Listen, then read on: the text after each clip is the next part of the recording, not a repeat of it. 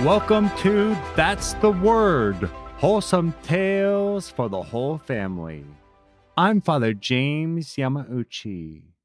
Today's story, The Best Laid Plans. Wenzel stared out the window, fuming. He was desperately trying to save his carefully plotted plan, a plan that had blown up in his face. All he needed to salvage this scheme was the cooperation of one man, but that man would not budge. Wenzel's plan had been quite simple. He wanted to promote one of his buddies to a prestigious church position, and the timing seemed perfect due to an imminent opening. Wenzel ordered John and his colleagues to notify him as soon as the office was vacant, so he could put his plan into motion. John and his colleagues would have none of it. Wenzel had no right to interfere. They would not cooperate. When the office became vacant, Wenzel was intentionally kept in the dark until a successor was properly named. Wenzel was furious that his order was violated and his schemings thwarted.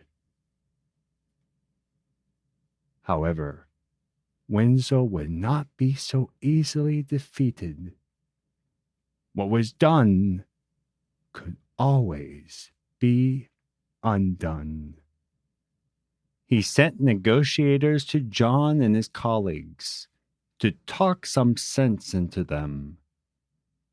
He was sure that his negotiators would prevail. After all, where there is a will, there is a way. When negotiations began, 5 men stood in the way.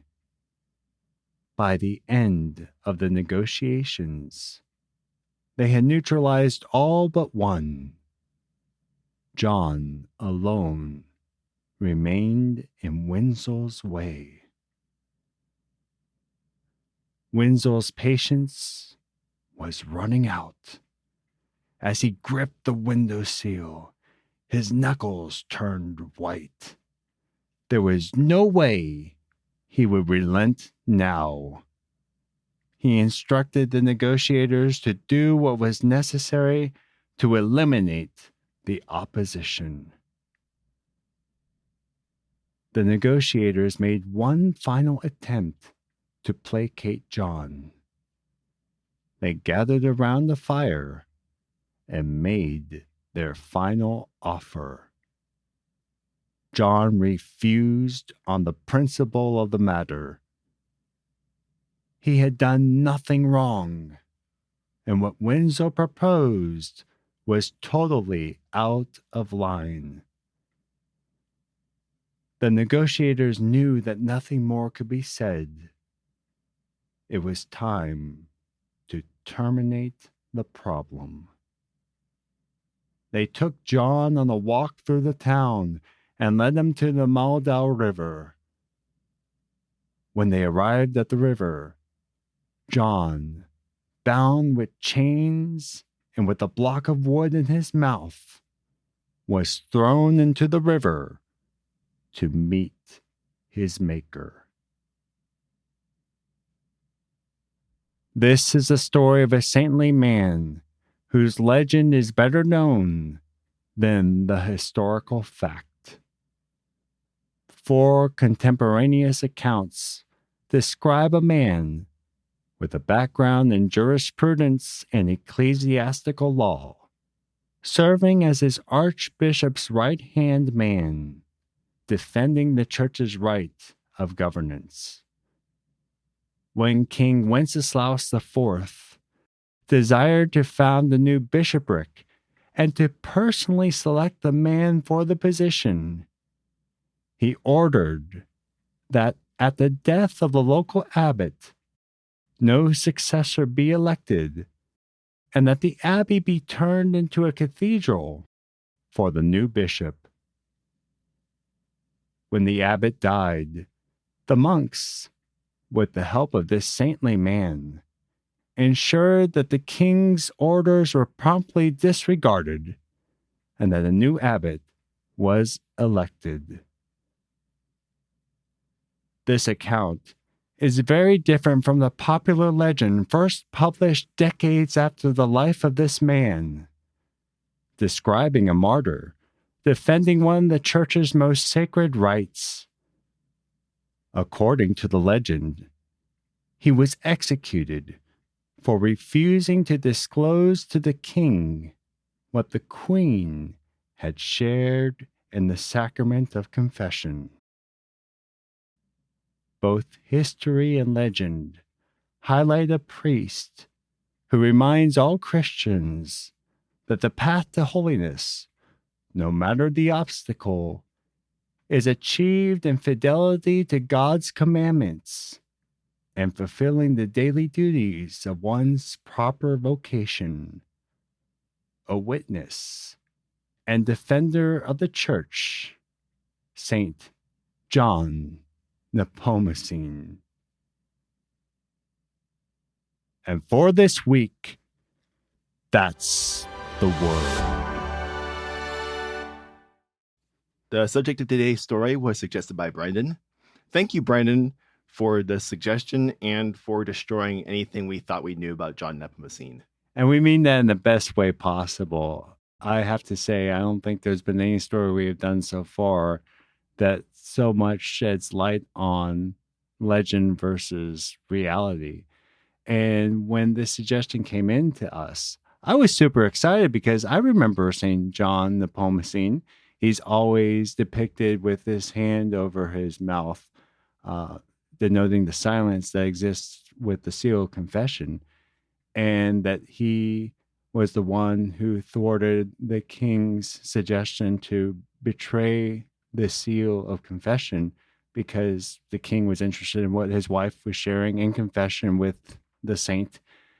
He refused, and so therefore was thrown into the river. And so my first response when I heard this story suggestion from Brendan was, how come I had never thought about this before? This will be the easiest story to tell because of just all the details. Well, then research is beginning, and I realized that this legend is not based in historical fact, and this historical fact is clearly laid out to us in the documents of the saints. Yeah, for crying out loud, it's in the Catholic Encyclopedia. It's in Butler's Lives of the Saints. He clearly says, hey, the idea of him being a confessor of the Queen and dying for failing to betray the seal of confession, that story happened decades after St. John's death. And that there's these 4 contemporaneous stories that tell the story that we shared in today's episode. It's not even that he's an obscure martyr. We have documentation on it. Somehow this story just got out, probably because it's more romantic. I died for the seal of confession versus I died for the proper succession of abbots. And it wasn't even that, right? It's not so much that Wenceslaus said, I want to make the new abbot. He said, no, I want you to get rid of the abbot altogether, the role of the abbot, because I want to create my own new bishop for this area. So it's much, much more than that. It's a very important matter, but like you said, it is not as romantic as someone dying for the seal of confession. Yeah, and then the king ended up just torturing him and a few other churchmen. The other churchmen relented. He didn't, so he was thrown into the river, which is a pretty nice river, wouldn't you say? It's a beautiful river. It's a beautiful river. In fact, we definitely will admit that we didn't go with the Czech pronunciation, but rather the German pronunciation of the river. Yeah, Moldau is the German pronunciation, and this Vltava is the Czech pronunciation. Anyway, it's a pretty nice river to die in if you have to die in a river. I will make no further comment on that one. But I do want to say that for us, it sounds very foreign being in America to hear that the civil authorities would be involved with naming a church authority figure. But we have to remember this occurred in the 14th century, and there were still vestiges of the kings being involved with church governance. I mean, the idea of what you're talking about, though, lay investiture, it's actually very interesting. It was unique to not be in America. If you remember, we did a story a while ago where when the United States was formed, the Vatican actually reached out to Benjamin Franklin and said, does Congress want to be involved in the naming of bishops? Mm-hmm. Yes. And Ben Franklin said, no, we do not. And thankfully, he did. And that's even in the 18th century. However, Wenceslaus thought he could get away with naming his own man for this position. And as we said in the story, John stood in the way. And for this, he is a witness, a martyr. Remember, martyr is the Greek word denoting witness. He is a witness for the rights of the church. So just in closing, we do want to say thank you so much, Brendan, for this story idea. It is certainly one of the most exciting stories I've been able to work on. And we were very excited to share this because we want to be able to set the record straight about St. John Nepomucene and to show that he is a great saint for defending the church. If you enjoy That's the Word, please share the word. You can see the story extras for this story, The Best Laid Plans, at thunderrock.org, or you can see a famous picture of St. John Nepomucene with his finger over his lips, according to the legend, which isn't real. Thunderrock.org is also where you can sign up for our weekly newsletter and where you can find our social links and our email. If you have any feedback or story ideas with some crazy bombshell idea like Brendan did. Actually, maybe his finger over his mouth was telling the monks, shh, don't tell Wenceslaus. Thanks for listening and join us next Wednesday for another wholesome tale for the whole family.